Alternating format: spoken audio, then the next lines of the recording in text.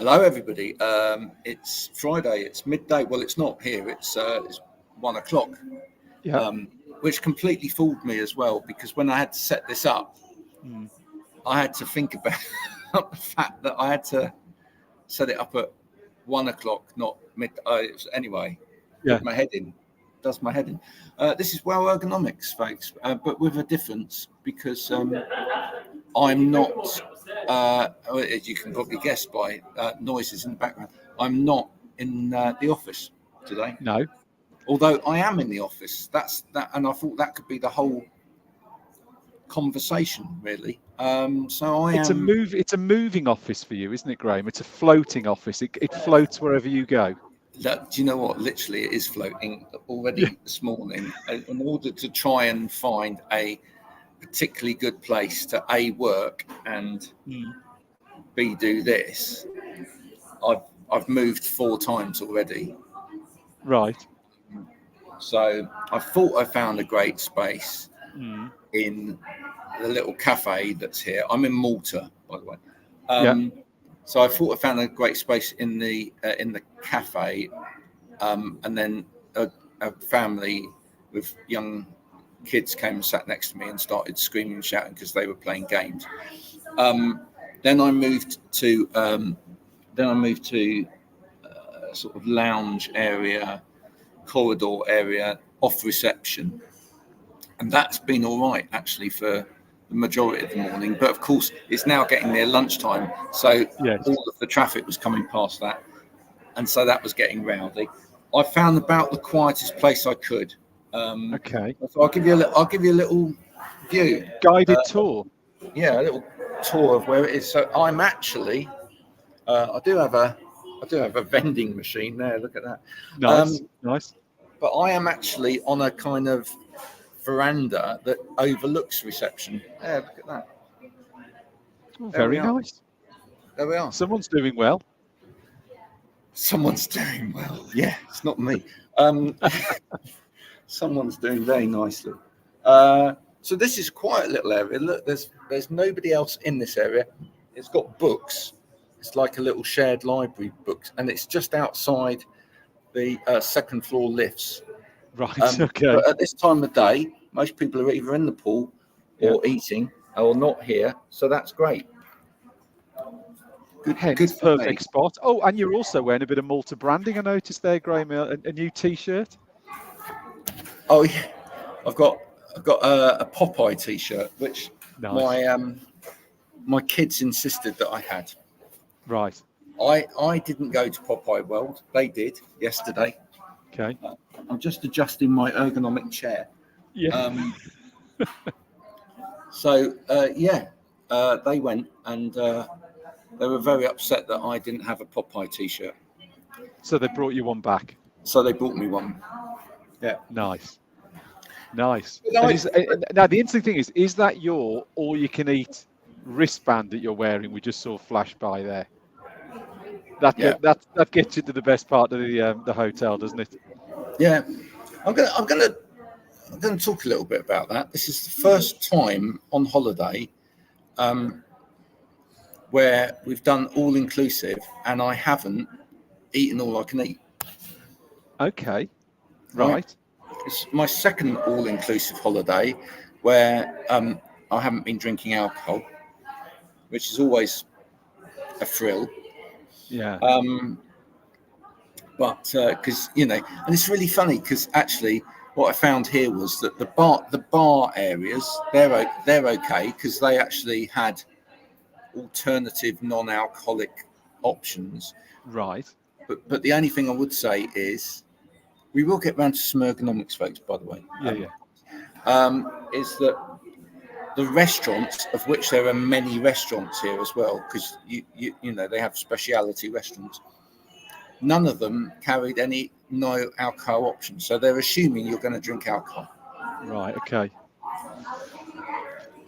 Get it right, folks. Get it right. There are people that don't drink alcohol, and it's like, oh, you don't drink alcohol. Well, what do you want? Do you want lemonade? I almost said a brand name, but do you want lemonade or a sparkling water? Is that it? Is Is there no other option? That's the choice. No other options. That's the choice, you know. So yeah, it's quite bizarre that. But yeah, I just wonder, how do people that are digital nomads, and that's what I set this up as, how do people that are digital nomads cope? Because I guess it takes a long time. It's one of the things I was going to say, to actually find the spaces where you can pop yourself down and work without it, you know, disrupting your day. I guess it's a bit of trial and error, isn't it? Because if people are going to the sort of same locations, they'll maybe know the times of day or where in the building to situate themselves. I guess it's almost a bit, you just got to get on with it and see how it goes. And it's probably just working through experience. I've always found it particularly difficult when the situation you're in, where just general hubbub and noise in the background. Now, I guess an obvious thing would be to invest in a good set of maybe sort of noise cancelling headsets, or those sort of things are probably, I guess, absolutely necessary when you are doing what you're doing, what other people are doing. But yeah, I guess it's got to be trial and error, and I guess it just won't suit everyone. Some people just won't be able to get on with all that, even if they can address the noise. The physical movement and the hubbub won't sort of suit everyone to work that way. No, I wouldn't say that it's so. What I've done this whole week, and it has been a bit of a social experiment this week, is because we're going on holiday in England next week, and my wife decided that she needed some sun. She decided to book Malta, but she decided to book Malta the week before the week in Wales, and I said, well, I can't do 2 weeks on the trot of not being around the business. So my thing was, I will go, but only on the basis of I need a place where they've got good Wi-Fi, and I must admit it has been good Wi-Fi. And the connection's excellent. The connection's really good. Yeah, absolutely. Which is mad, isn't it? Right. And then secondly, I said it's really important that I work so many hours a day. So I've been working from, in general, I've been working from 11 o'clock till 3 o'clock every day, which is great because it's the hottest part of the day, and I'm not really a sit out in the sun type person. So I've got up in the mornings, I've had me breakfast, and but not a full English every day. No. Started off with full English first day, obviously, and then I've even done healthy options like yogurt and seeds. Well done. Thank you. But yeah, and then had a swim and swam for a couple of hours, and then got on with work. So, but yeah, it's been a bit of a social experiment, and I've also bought very limited kit in terms of what kit I've got as well. I'm working off of a Chromebook. Okay. Again, to see as a bit of a social experiment whether I could, because I normally work off of a Mac, see whether I could work off the bare minimum. And it's been all right, but it's been tough. And I one of the things I found was the first day I was really lost. I just felt like I was missing so much of what I have around me, right? And I spent a lot of the first couple of hours just going, and now I've got to set this up this way and set this up this way. So you have to like set things up to try and replicate a way of working and get into a groove in a different way of working. Whereas I'm used to now going downstairs, turning something on and getting on with it. Now, have you spotted any other digital nomads? And interestingly, I wonder how many other people are doing a similar sort of thing with you. People who are guests, running small businesses, who just simply cannot take that length of time without having some business interaction? How many other people have you spotted? And equally, what have you spotted that they're doing that you would do differently next time? What have you learned from some of these fellow nomads, Graham? No, it's really interesting. First day down in the cafe, there was a guy working, and I had a quick chat with him, and he's doing exactly the same thing. So it's a more common thing than you'd think. I don't think, in all honesty, I've probably learned anything from anybody else. Okay. I think the interesting thing is the trouble is it really depends on what your business is, as to how you do it, and therefore what you need to be doing. When you were mentioning before, like the noise and everything else, I have to say, for many years when I was a workplace assessor, I did work on the road a lot. Yeah.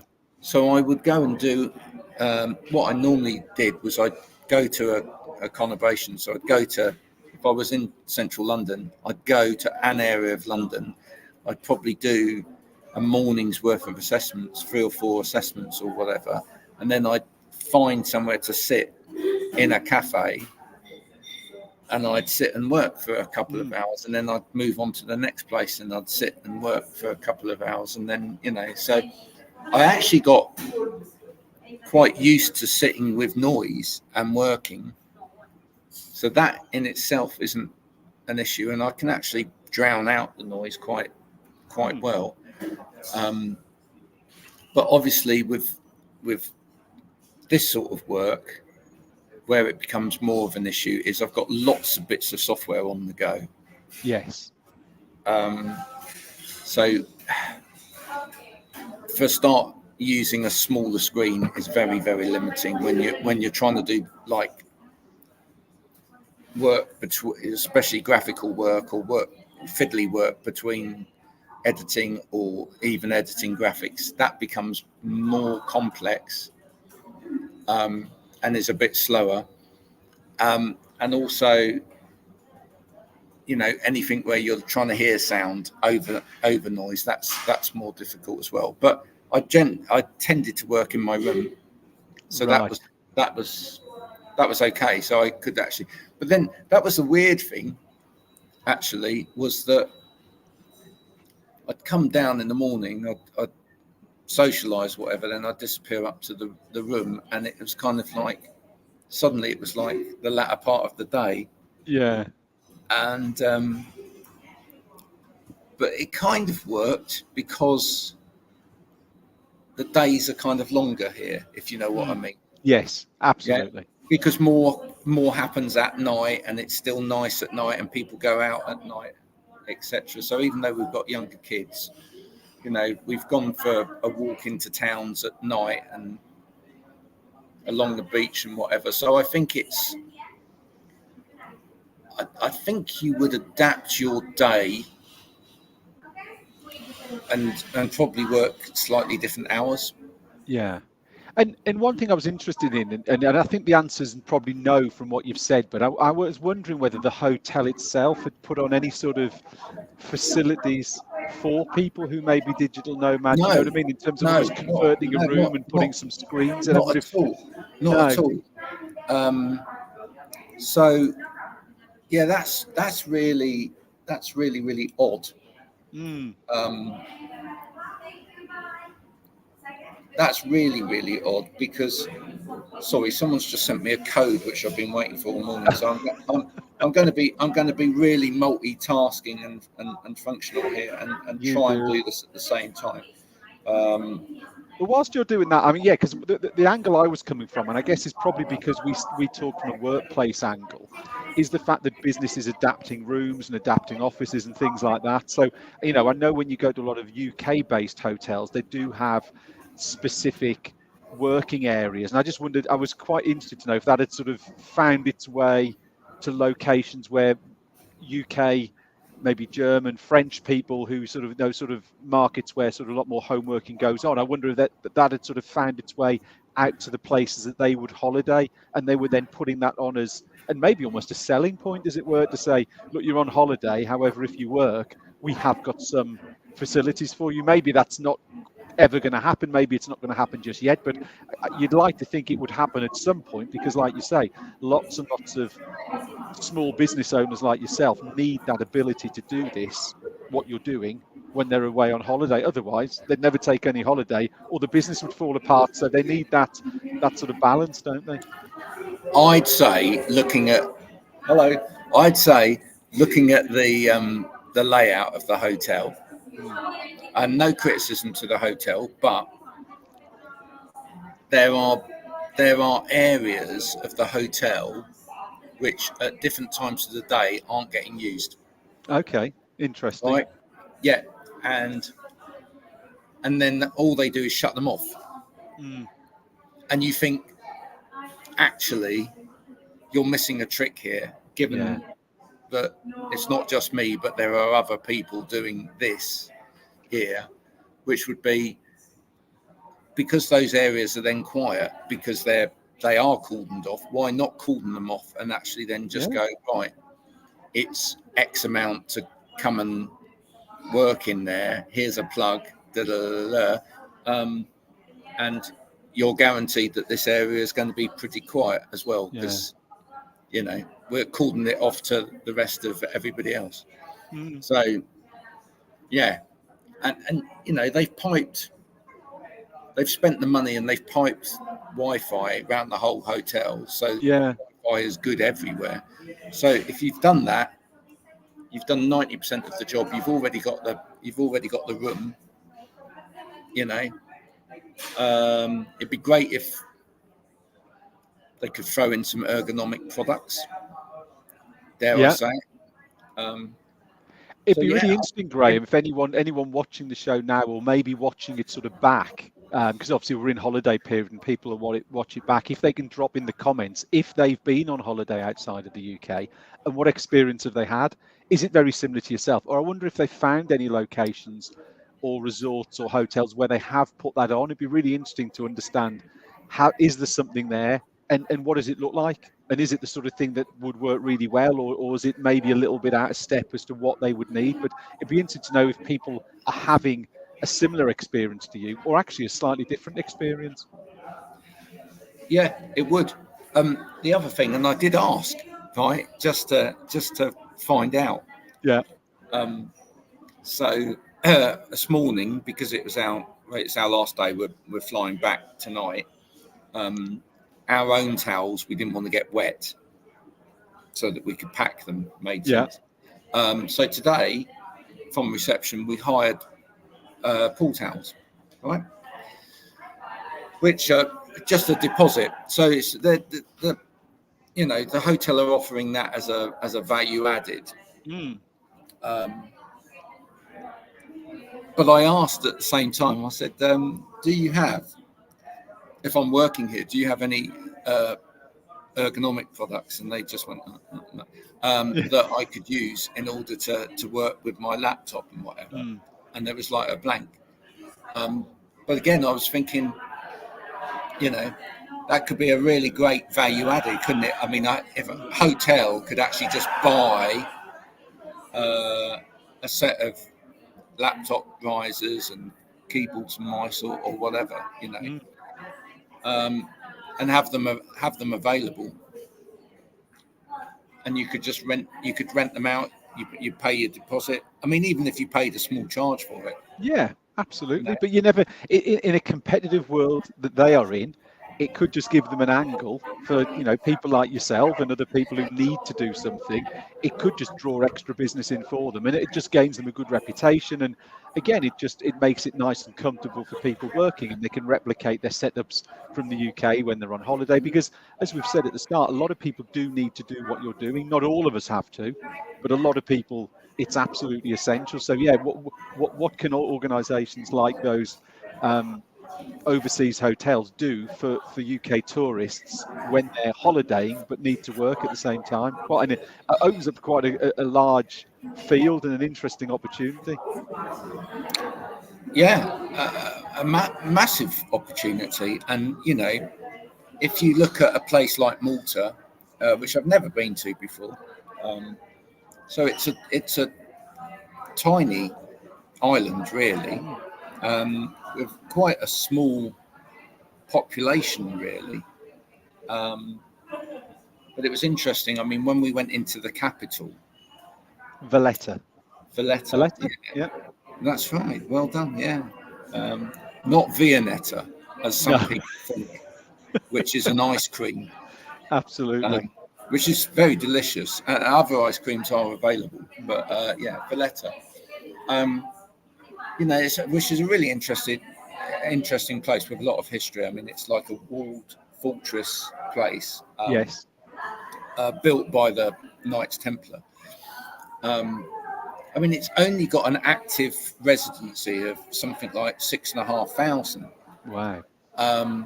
And yet, I think, from what I remember, I think that another 13,500 people come there every day to work from the nearby area. And yet every year, 3.6 million people go there to see it. Wow. You know, you can tell it's getting a bit noisier down in reception now. That's because, you know, they're getting excited because they've spotted that Wow Ergonomics is being filmed here. Absolutely. Yeah. Or actually, I think it's a hen party have just arrived from the UK. So how lovely!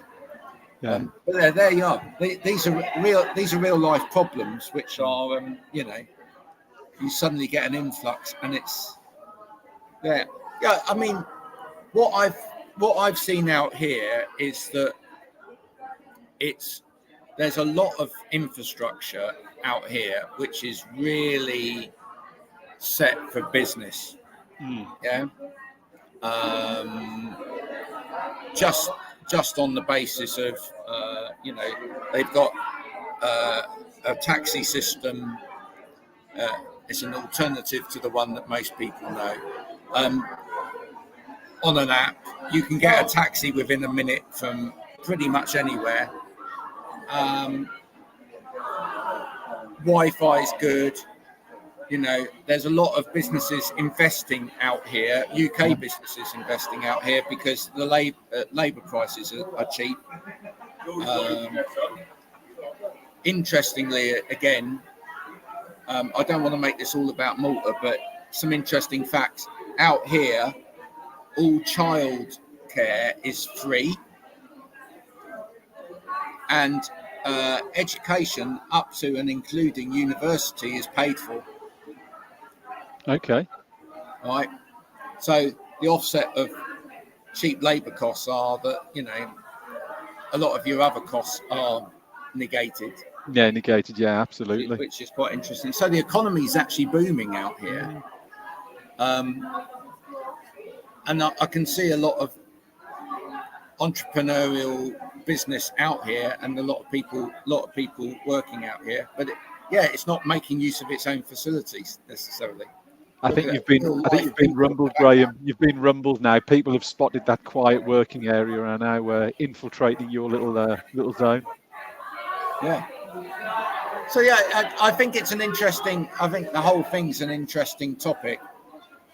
I think it'd be interesting to hear from people as you know, as you watch this during the week. Or if you've watched it live now, I can see some people watching. Yeah, if you are a digital nomad, how do you make it work? And yeah, if you're involved in the hospitality industry, even if you're involved from the UK side of thing and you're putting on packages or whatever, are you actually aware that not everybody that gets on an aeroplane to travel to the other side of the world is necessarily doing it to have a full-on holiday, but they may actually need to work while they get there? And are you accommodating that? You know? Look at that. It's almost like someone pressed the switch and the level just went down. Yeah. It's just amazing. So the question, Graham, will we be talking to you from Wales next week? Sorry? Will we be talking to you when you're in Wales on holiday next week? Are we sort of moving from You won't be Malta talking to me in Wales next week, no, because okay. we've pre-recorded one for next week. Yes. See, so that's next week. I'm having complete week off, which is probably a great thing because and I'm going to get shot now by the Welsh National Tourist Board, but probably in the part of Wales where we're going, electricity might not have even been invented yet, let alone Wi-Fi. I don't know. Yeah. I don't know. You could struggle with the internet, couldn't you, next week? Yeah, I might struggle with Wi-Fi in certain parts of very rural Wales. Yes. But yeah, no, it's I could see a very big opportunity actually for ergonomics companies out here. I mean, interestingly enough as well, haven't found a single ergonomics dealer on the island. Right. I did find a couple of stationery shops selling stationery. Be interesting to know if you're from Malta, by the way, and you do ergonomics in Malta. Sorry that I haven't found you, but do make yourself known to us. We'd love to hear your perspective on Malta and ergonomics, and is it a good industry out here or not? But there you go.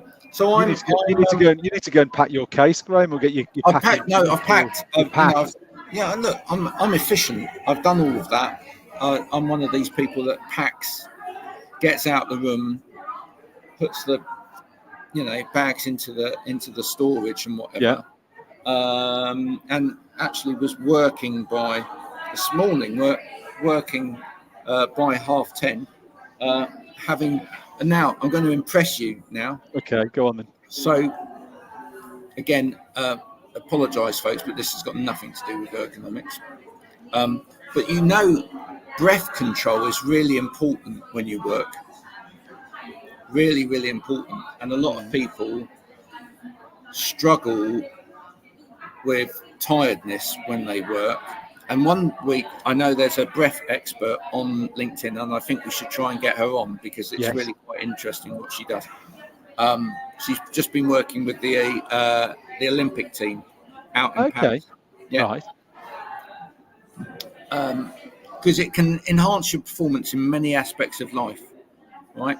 And a lot of people will drink coffee and other caffeine in-fueled beverages in order to try and perk themselves up. But actually, all they need to do is breathe better, sit better, and breathe better at work. Right.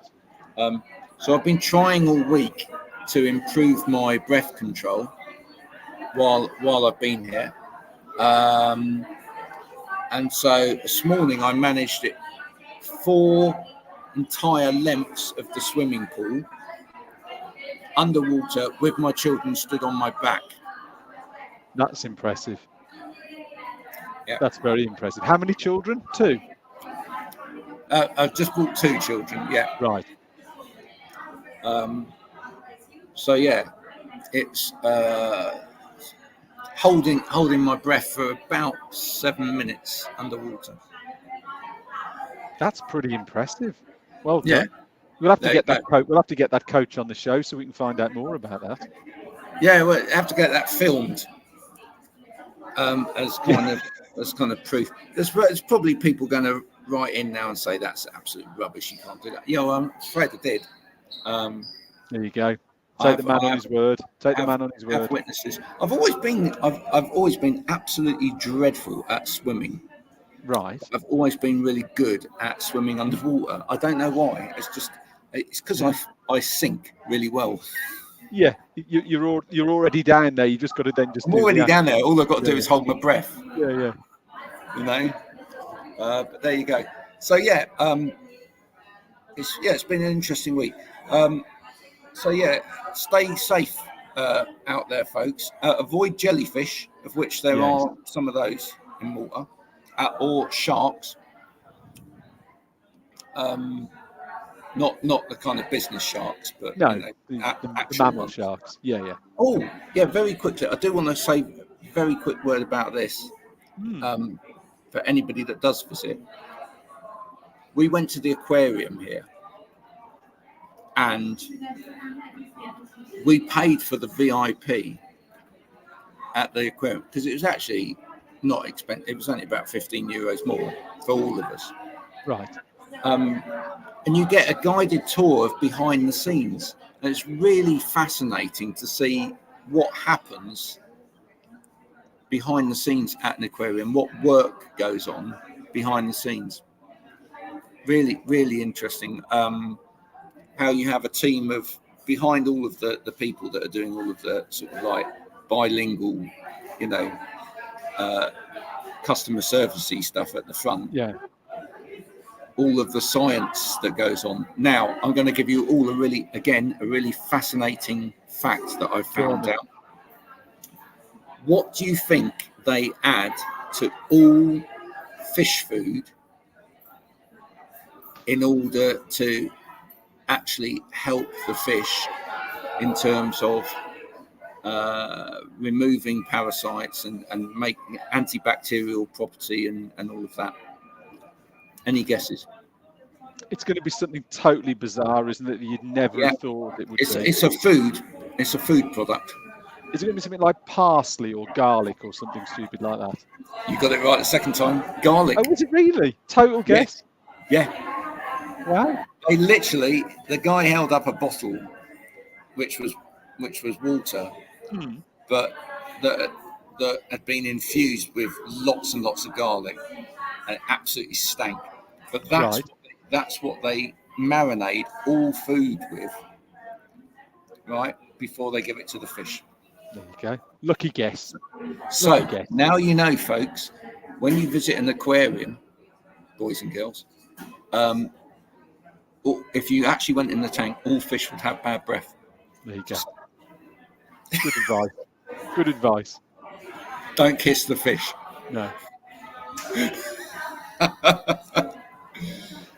Thanks, Stephen. That was great. Enjoyed it. Thank you. Unexpected surprise coming live from Malta. So it was interesting. And the only other ergonomic thing that I hope they improve on the way back is the legroom in the plane, because that's always. You must know that you must have done some business miles in planes. Yeah, most of mine's been quite short haul. Where you have probably, what are you, about 4 hours down to Malta? 3.5. Yeah, 3.5. That's a long stint, isn't it? Yeah. It's it's one of those things where I guess it's a commercial necessity, but you do think that it's such a, you know, especially as like people ram their bag under the seat and whatever as well. They don't tend to give anybody any kind of advice about wearing stockings or anything like that, and you just wonder how many people end up with deep frame thrombosis or whatever. There we go. Get up and move on a plane if you can. Avoid the turbulence. We will be back. We've pre-recorded one for next week. It's short, it's sharp, it's snappy, but it's a really great conversation. So we do hope that you'll join us for that. And then after that, we will be back as we hit into September with some guests. We will. Friday the 6th, I'm saying, 2 weeks today. Yes, Friday something like that.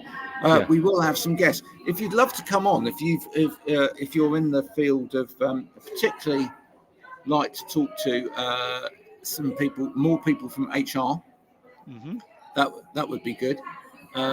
Or if you've got an interesting angle on health and well-being, we'd love to speak to you as well as we head into the next season of Wow Ergonomics. So see you all then. I'm off to the car now to get my iced tea. Go on then. You've earned it. Go and enjoy your iced tea and have a safe journey home. Okay. Thanks, Stephen. Thanks everyone for watching. Okay. Bye for now.